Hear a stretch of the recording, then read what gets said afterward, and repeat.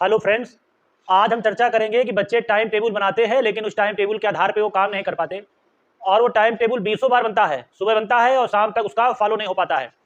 ऐसा कारण क्या है? देखिए, हम लोग साधारण रूप से पढ़ाई करते रहते हैं। जिस दिन टीचर, अभिभावक या घर में मोहल्ले में बाहर कोई डांट देता है, समझा देता है कि पढ़ाई के प्रति थोड़ा चिंता रखो, हम उसी दिन चिंतित हो जाते हैं और एक सादे पन्ने में सुबह से लेकर शाम तक का पूरा टाइम टेबल बना लेते हैं कि 4 बजे उठना, 5 बजे नहाना, 6 बजे पूजा, 7 बजे खाना। ऐसा एक पूरा टाइम टेबल बना होता है और इतना टाइट टाइम टेबल बना देते हैं कि उसमें शायद 1 घंटा टीवी या 1 घंटा खेलने तक ना दिया गया हो। तो हम टाइम टेबल बना तो लेते हैं। अब जैसे अगला दिन आया, अब हम 4 बजे उठने का हमने टाइम टेबल बनाया है और बज गया 5, अगले दिन बज गया 6। इस तरह हमारा टाइम टेबल पूरी तरह ध्वस्त हो जाता है। अब हम ऐसा क्या करें कि हम टाइम टेबल फॉलो कर ले जाएं और टाइम टेबल के अनुसार कार्य कर ले जाएं।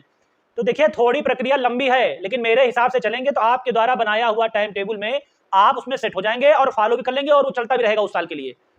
देखिए, मान लीजिए जैसे सबसे पहले उठने की समस्या है कि हम इतने बजे उठें, तो आप केवल एक दिन यही सेट करिए कि मुझे उठना है।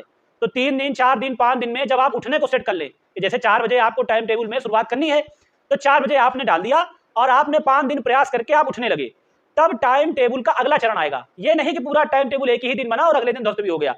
टाइम टेबल का तरीका है पूरे महीने भर में एडजस्ट होगा। अब जैसे 4 दिन में हम उठना सीख गए, अब हमने उसमें बनाया है कि 5 बजे हमको नहाना या पूजन इत्यादि करना है, तो अगला चरण आपका होगा कि अगले 4-5 दिन में आप 4 बजे उठे, अगले 4-5 दिन में आप 5 बजे उठ के पूजा अर्चना कर लें।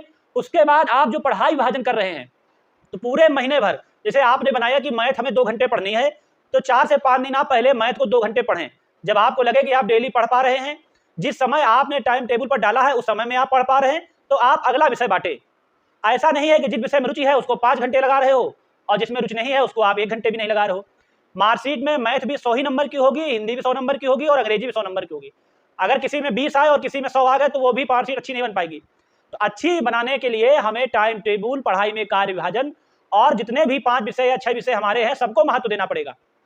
और जैसे मान लीजिए 2 विषय हम एडजस्ट कर ले गए, उसी प्रकार से रात में सोने तक, तो आप टाइम टेबल एक दिन के हिसाब से ना बनाइए कि किसी दिन किसी ने डांटा, पूरा टाइम टेबल बनाया और 4-5 दिन में वो बिगड़ भी गया। धीरे धीरे बनाइए, पहले उठने का, फिर नहाने का, पूजन इत्यादि का। अब मान लीजिए 5 विषय हैं, तो 5 विषय को आप जैसे जिस टाइम पे डाल रहे हैं कि भाई हम स्कूल से आ जाएंगे तो 2 से 4 मैथ लगाएंगे, तो 2 से 4 मैथ का हो गया। 4 से 6 हम ये लगाएंगे तो 4 से 6 हो गया। तो 4-4-4 दिन बांट लीजिए, उसी में आप इस टाइम टेबल को सेट कर लीजिए, अपना कार्य विभाजन बांट लीजिए। और एक बात जान लीजिए, इसमें लगन चाहिए आपकी। ये नहीं कि महीने भर सेट कर लिया तो दूसरे महीने से उसमें ढील डाल दी। और ये भी मत करिए कि 2 दिन छोड़ के टाइम टेबल हम फॉलो करेंगे, फिर 2 दिन छोड़ के, जितना दिन आप छोड़ोगे उतना ही उसमें आप टाइम टेबल में डिस्टर्ब हो जाओगे। टाइम टेबल का मतलब ही है कि बिल्कुल 1 मिनट का भी अंतर किए बिना हुआ है उसको फॉलो किया जाए। देखिए, टाइम टेबल आप इसलिए बना लीजिए, नहीं तो आप सब विषय पर बराबर से ध्यान नहीं दे पाएंगे। अंत में यही कहना चाहता हूं कि टाइम टेबल में सही से किया हुआ कार्य विभाजन, लगनशीलता और काम को कर्तव्य निष्ठा से करिए, पढ़ाई में श्रेष्ठ रहिए।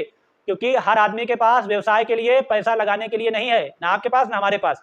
तो जिनके पास है उनकी चिंता उन पर छोड़ दीजिए, आप पढ़ाई करिए जिससे आपको अच्छी नौकरी हासिल हो। मैं आलोक कुमार तिवारी, ज्ञानार्जन सेवा संस्थान, बहुत बहुत धन्यवाद।